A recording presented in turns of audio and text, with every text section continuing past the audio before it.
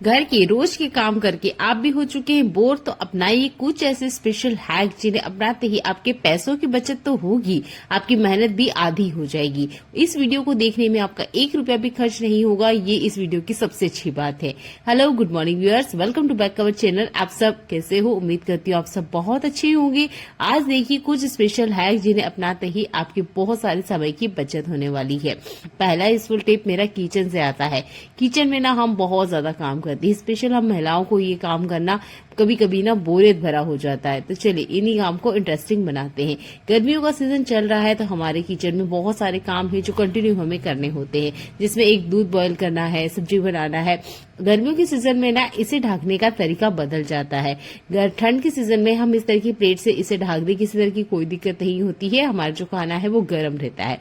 पर गर्मियों में ऐसा नहीं है। अगर आप इस तरह की प्लेट का यूज करते हैं गर्मियों के सीजन में तो इससे हमारे दूध और सब्जी खराब हो जाते हैं। ये एक आम सी बात है। तो कोशिश कीजिएगा इस तरह की प्लेट आपने गर्मियों में यूज नहीं करनी है। जब आपका खाना गर्म है आपने यूज करनी है ये जाली वाली प्लेट।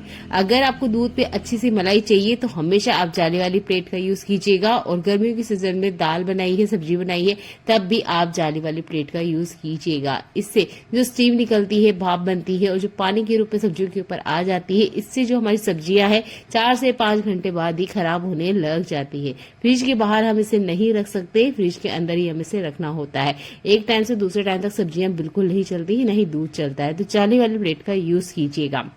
अगला यूजफुल टिप मेरा बिगिनर से जुड़ा हुआ है।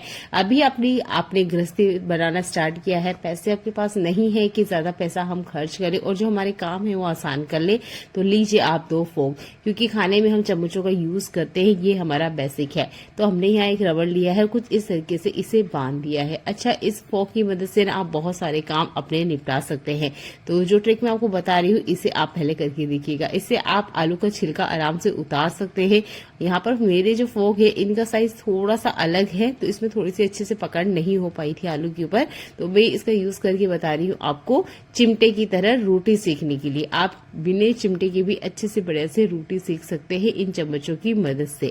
तो यहाँ पर रबड़ को हमने बांधा है ताकि ये अच्छे से स्टेबल रहे, भागे नहीं चम्मचे। और इस तरीके से ना आप इमरजेंसी में अपने काम है वो भी कर सकते हैं। और अभी आपकी गृहस्थी में ज्यादा पैसा खर्च आपने नहीं करना है, खाना तो बनाना ही है हमें, तो इस ट्रिक का आप यूज कर सकते हैं। अगला यूजफुल हैक मेरा भी बिगिनर के लिए है। बहुत बार ऐसा होता है कि हमारे पास सीजर अवेलेबल नहीं है या सीजर रख के हम भूल चुके हैं और हमें कोई पैकेट इस तरीके का खोलना है।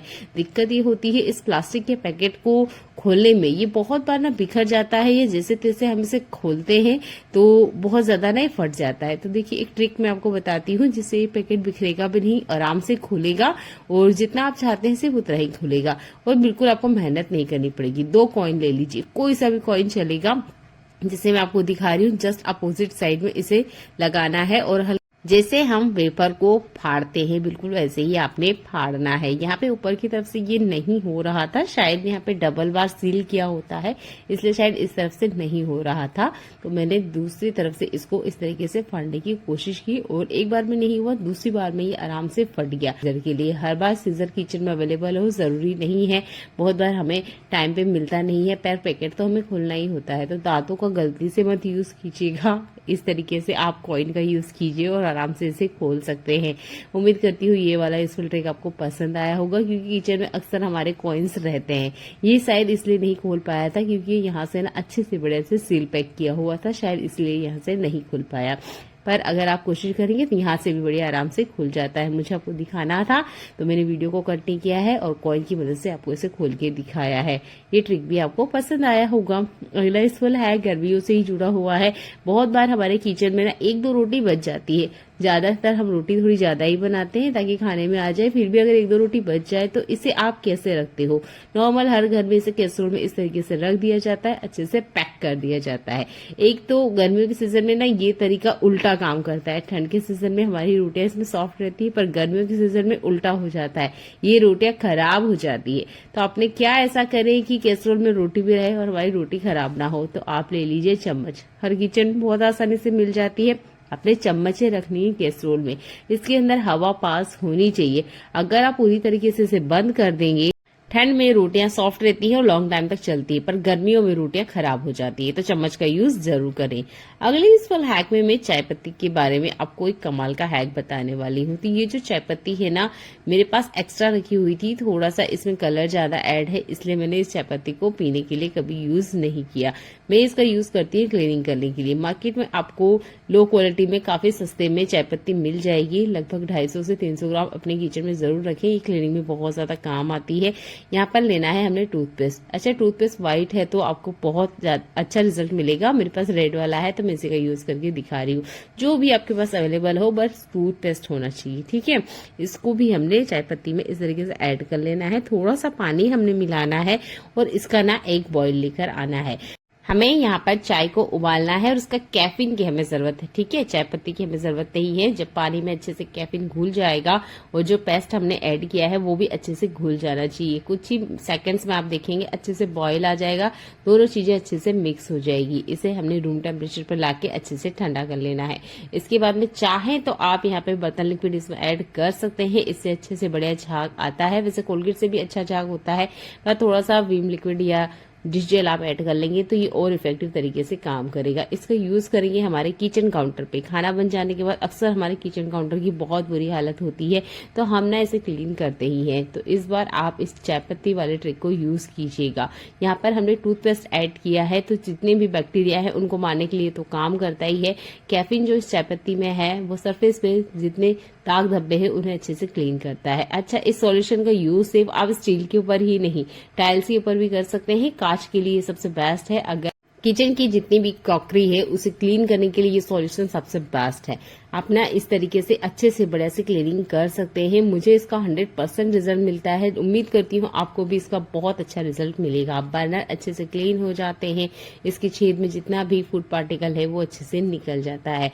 तो एक बार बताए हुए इस तरीके को यूज करके देखिएगा, किचन के हर तरह के बैक्टीरिया रिमूव हो जाते हैं। किचन काउंटर को स्पेशल आप इससे क्लीन कीजिए, कम से कम हफ्ते में 2 बार इस ट्रिक को यूज कीजिएगा। आपका किचन काउंटर हमेशा क्लीन रहेगा, साफ सुथरा रहेगा, किसी तरह का कोई बैक्टीरिया इसके ऊपर नहीं रहेगा।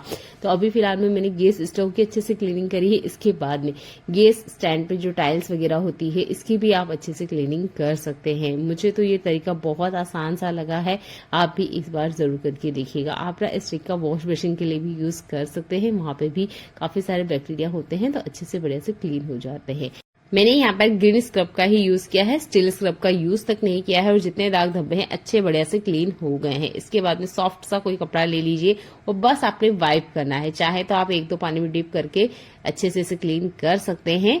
तो मैंने बस नॉर्मल एक कपड़ा ही इस पे वाइप किया और देख सकते हैं जितने दाग धब्बे हैं वो भी अच्छे से क्लीन हो गए हैं। जबकि नॉर्मल जब हम किचन को क्लीन करने जाते हैं ना तो एक बार में इस तरीके से क्लीनिंग बिल्कुल नहीं होती है।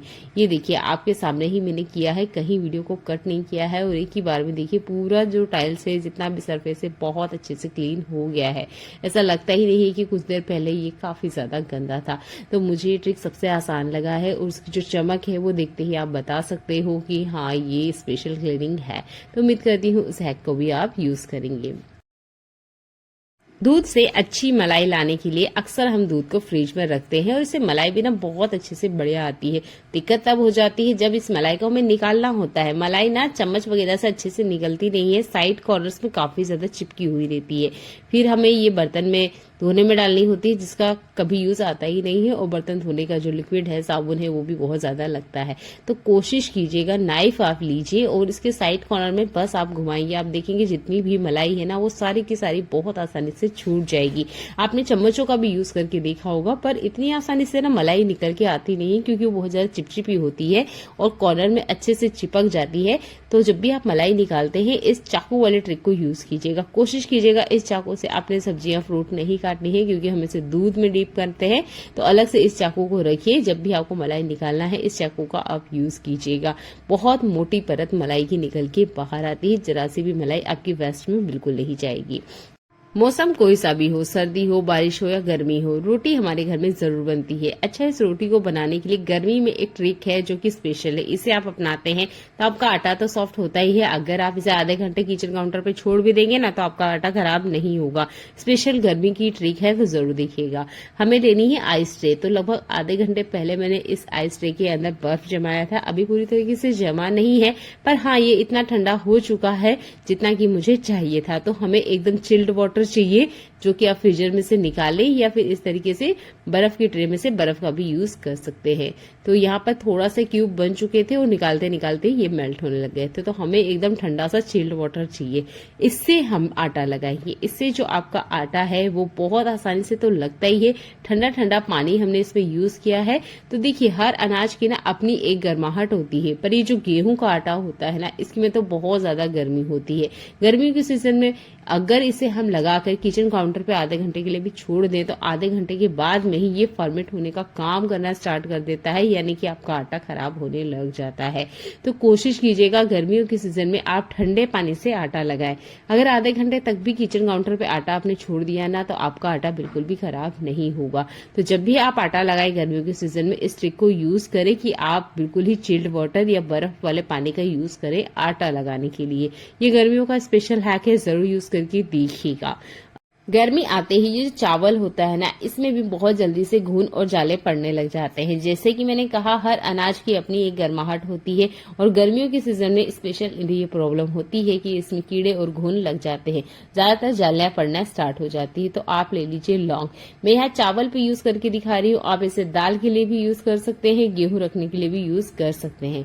ठीक है, तो जब भी आप मार्केट से लेकर आ रहे हैं, चावल है, गेहूं है, आटा है या किसी भी तरह का कोई अनाज है, आपने लौंग की पोटली बनाना है। ये चावल है, इसमें अलग से दिख जाएगा, तो मैं पूरी तरीके से इसी तरीके से लौंग डाल रही हूँ। कोशिश कीजिएगा आप अगर किसी और चीज में इसे डाल रहे हैं तो छोटी सी कॉटन एक पोटली बना लीजिए, उसके बाद में आप लौंग रखिएगा। इसकी स्ट्रॉन्ग स्मेल किसी भी कीड़े को बिल्कुल ज्यादा पसंद नहीं आती है, जाले वगैरह बिल्कुल नहीं पड़ेंगे। आप मसाले दाने में भी लौंग रख सकते हैं, क्योंकि मसालों में भी अक्सर जाले हो जाते हैं। तो स्पेशल हैक है, जरूर यूज करके देखिएगा। अगला यूजफुल हैक भी बहुत ज्यादा काम आने वाला है। जैसे कि ठंड ऑलमोस्ट खत्म हो चुकी है, हमारे घर में ना बहुत सारे जुराब निकले होंगे। ठंड के सीजन में अक्सर हम 24 घंटे जुराब पहन के रखते हैं, तो काफी सारे जुराब मेरे पास भी रखे हुए हैं। तो इसमें से एक जुराब का यूज करके मैं बता रही हूँ, क्योंकि मिसिंग पेयर है, ऊपर से ये फट भी चुका है। तो यहाँ पर ना मैं इस तरीके से इसको कट कर रही हूँ। आपने पूरे जुराब को इस तरीके से कट कर लेना है, पतली पतली सी स्ट्रिप आपने निकाल के रेडी कर लेना है।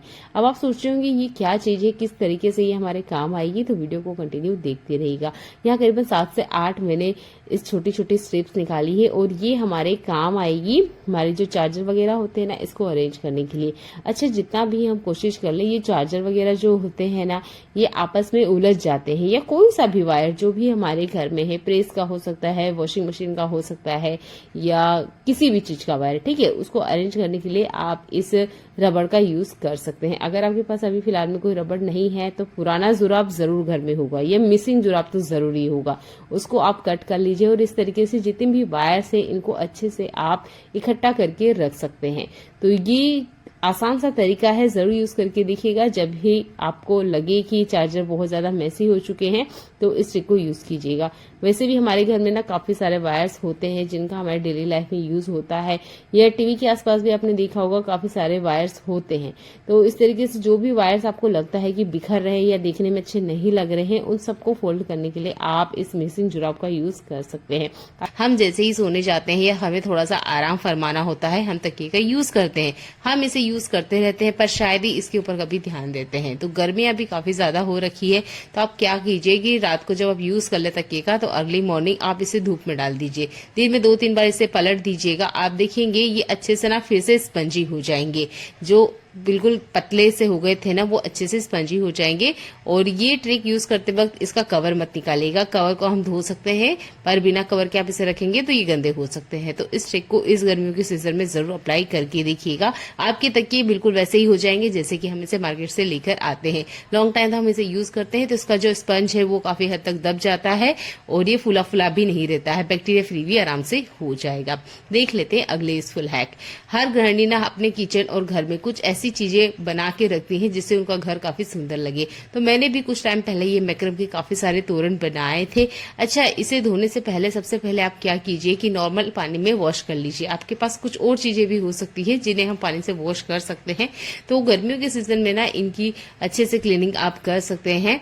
वैसे तो मैं हर महीने ही क्लीनिंग करती हूँ, पर गर्मियों के सीजन में भी अगर आप इसे क्लीन करते हैं तो कुछ सावधानी हमें जरूर रखनी चाहिए। इसके जो कलर होते हैं ये बहुत ज्यादा डार्क होते हैं। अगर आप इसे डार्क धूप में रखेंगे तो ये ना खराब हो जाते हैं। एक बार ये गलतियां मेरे साथ हो चुकी है, तो आप इस तरह की गलती बिल्कुल ना दोहराएं। पहले नॉर्मल पानी से आप इसे वॉश कर लीजिएगा। अब आप ये कमेंट मत कीजिएगा कि आपने इसे पानी से धोया है, ऐसा नहीं। आप चाहें तो बाद में इसे शैम्पू से भी अच्छे से क्लीन कर सकते हैं, पर नॉर्मल पानी से जब हम इसे धोते हैं तो काफी सारी धूल मिट्टी तो ऐसे ही निकल जाती है। शैम्पू से इसलिए इसे धोना है ताकि इसका जो शाइन है ना वो बरकरार रहे, क्योंकि ये जो मकरम का सामान होता है या इस तरीके से लाइलॉन के धागे से जो भी चीजें हम बनाते हैं ना, इसकी शाइन ना टाइम के साथ खत्म हो जाती है, पर शैम्पू में आप धोते हैं तो शाइन वापस से बढ़िया से आ जाती है। अब ध्यान देने वाली बात यह है कि इसे सुखाने के लिए आपने कभी भी धूप का यूज करना ही नहीं है। कोशिश कीजिएगा शाम के टाइम इसे धोएं, सुबह तक ये आराम से सूख जाते हैं। अभी मैंने इसे धोया है, पर ये शाम का टाइम है, सुबह तक अच्छे से बढ़िया सूख जाएंगे। तो आपने इसे डायरेक्ट धूप में नहीं डालना है, नहीं तो इनका जो कलर है वो चला जाएगा और उसके बाद में ये इतने सुंदर नहीं लगते हैं। यहाँ पर एक मैं दिखा रही हूँ आपको, इसका कलर ना डाउन हो चुका है। ये जो पिंक कलर का है ना, देख सकते हैं इसका कलर डाउन हो चुका है। तो इस तरीके का आपके साथ ना हो, इसलिए कोशिश कीजिएगा शाम के टाइम ही आप इसे धोएं। अगला इस फुल हैक मेरा डोरमेट से जुड़ा हुआ है या इस तरह की ग्रीन कारपेट से जुड़ा हुआ है। ये आज के टाइम पे आपको हर घर में मिल जाएगा। जैसे हम इसको यूज करते रहते हैं तो इसके अंदर ना काफी सारी गंदगी इकट्ठा हो जाती है। ज्यादातर जो रुए वगैरह होते हैं ना, उसे निकालने में दिक्कत होती है। झटकने में से इसकी रेत वगैरह तो निकल जाती है, पर जो रुए होते हैं वो नहीं निकलते हैं। इसके लिए हम ब्रश का यूज तो कर नहीं सकते, तो आप ना एक पुराना कॉन्ग ले लीजिएगा और इस कॉन्ग को इसके ऊपर घुमाएंगे ना, तो आप देखेंगे इसके ऊपर जितने भी रुए लगे हुए हैं ना, वो बहुत आसानी से कॉन्ग की मदद से बाहर आ जाएंगे। मैंने थोड़े बड़े दांत वाला लिया है, आप छोटा वाला भी ले सकते हैं। बड़े वाले में भी बहुत आसानी से सारे का सारा जो कचरा है ना वो बाहर निकल के आ जाता है, क्योंकि बार बार आप इसे वॉश करेंगे तो इसके जो धागे हैं वो भी बार बार बाहर निकल के आएंगे। तो कोशिश कीजिएगा आप महीने में 2 ही बार इसे क्लीन करें पानी से, और बाकी जब आप इसको क्लीन करना हो तो कंघी का इस्तेमाल कीजिएगा। इसके ऊपर जितना भी डस्ट लगा हुआ है या जो भी रुए जैसा लगा हुआ है वो सारा का सारा ना बाहर आ जाएगा। उम्मीद करती हूँ ये वाला हैक आपको पसंद आया होगा। कोशिश कीजिएगा गर्मियों के सीजन इसे भी आपने डायरेक्ट धूप नहीं दिखाना है, नहीं तो इसका कलर फेड हो जाएगा। और ये जो रुए है ना बहुत आसानी से, मतलब कि जैसे ही आप धूप में डालेंगे ना, एक ही दिन में सारे के सारे खराब हो जाते हैं। तो आपने इसे धूप में नहीं, छाव में सुखाना है। 10-15 मिनट में ही इतनी गर्मी हो रखी कि आराम से ये सूख जाएगा। और देखिए कॉन्ग को किसी तरह का कोई नुकसान नहीं होता, अच्छे से आपका ये जो ग्रीन कारपेट है अच्छे से बढ़िया से क्लीन हो जाता है। आपके घर में भी इस तरह का अगर खाट है तो इस गर्मियों के सीजन में आप इसे अच्छे से क्लीन कर लें। अभी बीच में ना 2 बार बारिश हो चुका है अप्रैल के महीने में, और ये बाहर ही रखा हुआ था जिसकी वजह से ये गंदा भी हो चुका था, तो मुझे इसे क्लीन करना ही था। इसमें से बैड स्मेल आ रही थी।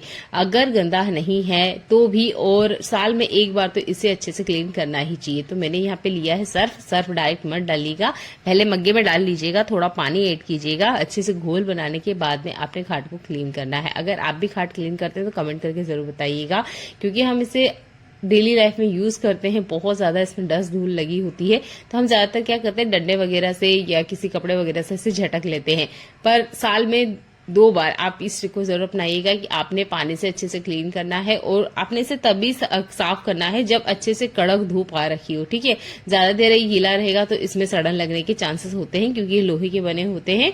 तो अभी के टाइम में ना काफी ज्यादा गर्मी हो रखी है, तो मैंने इसे क्लीन किया है और उसके अंदर की जितनी भी बैड स्मेल है वो भी रिमूव हो चुकी है।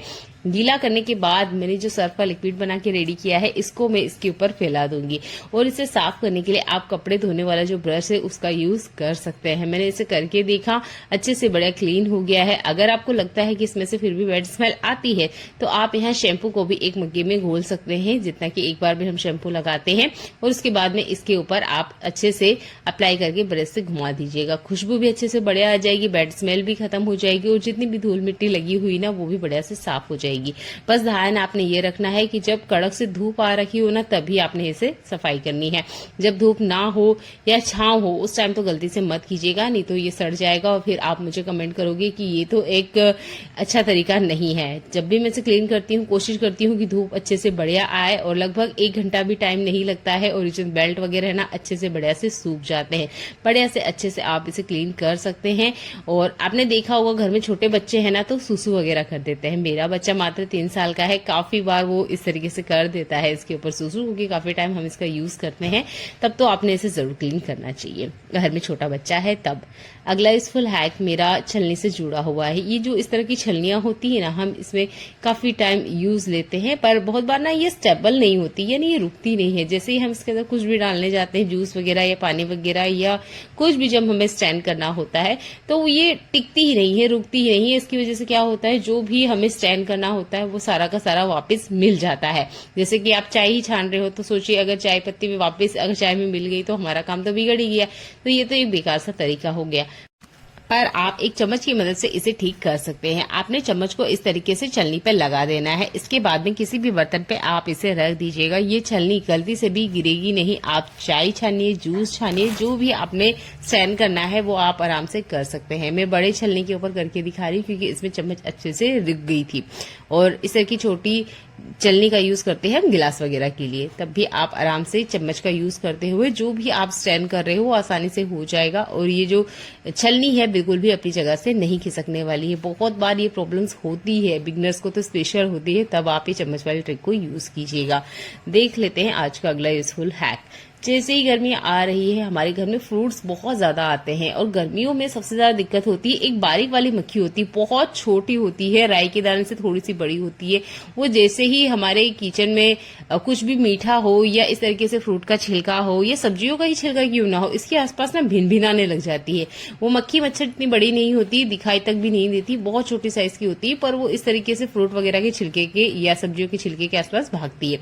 तब ना आप एक काम कीजिए, गर्मियों के सीजन में तो आप कंटिन्यू हर डे इस ट्रिक को यूज कर सकते हैं कि एक धूप बत्ती आप जला लीजिएगा। आप गीली वाली यूज करते हो या सूखी वाली, कम से कम 10 मिनट के लिए आप इसे किचन में जरूर जला के रखें। ये जो बारीक वाली मक्खी होती है ना, जो स्पेशल हमारी आंखों में चुभती है या हमारी आंखों के आसपास भागती है, क्योंकि इसी तरीके से खाने पीने की चीजें इससे मिलती रहती है, तो किचन से बाहर बिल्कुल नहीं जाती है। पर अगर आप 10 मिनट भी पूरे किचन में धूप बत्ती को जला के रखते हैं तो आप देखेंगे कि ये जो बारीक मक्खी है आराम से भाग जाती है। इस धूप बत्ती का यूज करते हुए मैंने एक प्रॉब्लम को फेस किया कि ये ना कहीं पे भी रुक नहीं रही थी, यानी कि आप फ्लोर पे या टाइल्स पे इस तरीके से लगाते हैं तो ये अपनी जगह पे रुकती नहीं है। तो इसको मैं एक जगह रोकने के लिए एक काम कर रही हूँ, आप भी इसे कर सकते हैं। तो ये गीली वाली धूप बत्ती है, मैंने इसमें अगरबत्ती का बचा हुआ लकड़ी का टुकड़ा इस तरीके से लगाया है। अगर आपके पास अगरबत्ती का बचा हुआ टुकड़ा नहीं है तो आप माचिस का यूज कर सकते हैं। इसके अंदर इस तरीके से आपने इंसर्ट कर देना है। इसके बाद में लेना है आपने अगरबत्ती का स्टैंड, या नॉर्मल कहीं होल वगैरह हो उसमें भी आप लगा सकते हैं। और इस तरीके से अगरबत्ती के स्टैंड में आप लगा देंगे तो ये देखिए आराम से इसके ऊपर लग जाएगी। और ये जो धूपबत्ती है ना, जिसको लगाने की हमें दिक्कत होती है, ये आराम से इसके ऊपर बैठेगी। अच्छा, इसे यूज करते वक्त क्या होता है कि इसमें से काफी सारी ना राख भी निकलती है, तो ये राख फैल जाती है, फिर हमारा क्लीनिंग का काम बढ़ जाता है। तो आप चाहते हैं पेपर भी रख सकते हैं या इस तरीके से किसी कटोरी वगैरह को नीचे बेस में लगा दीजिएगा। जितना भी इसका राख वगैरह होगा वो सारा का सारा इसी के अंदर आएगा। तो देखिए यहाँ हमने धूप बत्ती तो जलाई है पर हमारा किसी तरह का कोई काम नहीं बढ़ा है। छोटे छोटे टिप्स है पर इसे अप्लाई करते हुए आपको धूप बत्ती को यूज करने में किसी तरह की कोई दिक्कत नहीं होगी।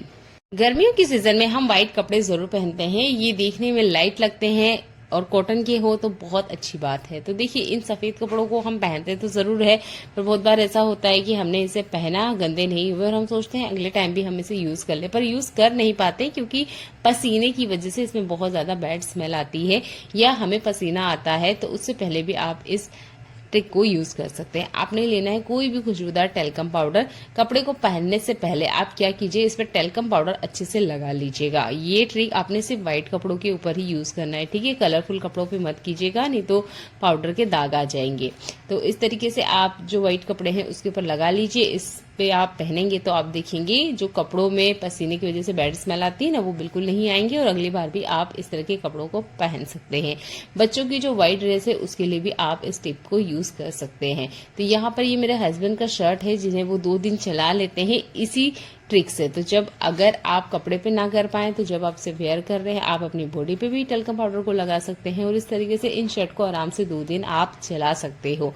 आप इस ट्रिक को ब्लाउज के लिए भी यूज कर सकते हैं। ब्लाउज वगैरह जब हम पहनते हैं ना तो आपने देखा होगा काफी बार ना पसीने के निशान रह जाते हैं बाजू के साइड में, तो आप ना ये निशान बने ही नहीं, इसके लिए ना आप टैल्कम पाउडर का यूज कर सकते हैं। तो ये भी आप ब्लाउज पहनने से पहले आप जरूर यूज करके देखिएगा और कोशिश कीजिएगा आप लाइट कलर की ब्लाउज पे ही इस ट्रिक को यूज करें। ब्लैक या जो डार्क कलर है उस पर मत अप्लाई कीजिएगा, नहीं तो ब्लाउज पे निशान आ जाएंगे। तो उम्मीद करती हूँ ये छोटे छोटे हैक आपको पसंद आए होंगे। अगला यूजफुल हैक मेरा ब्लाउज से जुड़ा हुआ है। इस तरह के ब्लाउज ना हम डेली लाइफ में यूज नहीं करते हैं, जब हमें कहीं बाहर जाना होता है या पार्टी वगैरह में जाना होता है तभी हम यूज करते हैं इस तरह के हैवी ब्लाउज को। तो बहुत बार ऐसा होता है, कभी कभी तो 6-6 महीने तक ये यूज में ही नहीं आते हैं, तो हम इसी तरीके से रख देते हैं। आप देखते हैं फिर जब हमें इसे यूज करना होता है तो इसके हुक सड़ चुके होते हैं या किसी वजह से दाग धब्बे इसके ऊपर आ जाते हैं। तो इससे पहले मैंने टिश्यू पेपर का भी ट्रिक आपको बताया था और न्यूज पेपर का भी बताया, पर दोनों ही ट्रिक में मैंने देखा है कि 3 से 4 महीने बाद ही जंग आना स्टार्ट हो जाता है। तो आप कोशिश कीजिएगा टिश्यू पेपर और न्यूज पेपर की बजाय आप प्लास्टिक का यूज कीजिए। आज के टाइम पे ना हर चीज आपको प्लास्टिक के अंदर मिलेगी, आप कुछ भी खरीदने जाइए आपको उस पे प्लास्टिक का कवर जरूर मिलेगा और सालों तक चीजें टिकी रहती है, बिल्कुल खराब नहीं होती है। सिमिलर इसी ट्रिक को आप यूज कर सकते हैं ब्लाउज के हुक के लिए भी। आप अगर 2 साल बाद भी इस ब्लाउज को उठा के देखेंगे ना तो आप देखेंगे बिल्कुल भी जंग नहीं लगेगा, और अगर जंग लगता भी है तो वो पूरे के पूरे कपड़ों में बिल्कुल नहीं फैलेगा। तो उम्मीद करती हूँ ये छोटा सा हैक आपको पसंद आया होगा। इस ब्लाउज की फोल्डिंग को आप ध्यान से देखिएगा, यहाँ पर इसके पीछे लेस है, तो मैं इस तरीके से बस छोटा सा बड़ा ही इसे फोल्ड कर रही हूँ और ये जो लेस है ना इसका हमने यूज करना है। जैसे कि हम किसी रस्सी वगैरह को बांधते हैं ना, बिल्कुल उसी तरीके से अपोजिट साइड हमने इसे घुमाना है और एक नोट लगा दीजिएगा। अब ये ब्लाउज में बिल्कुल नहीं खुलने वाला है। तो ज्यादातर ब्लाउज में इस तरीके की लेस होती है, इसका आप अच्छे से यूज कर सकते हैं। देखने के लिए धन्यवाद।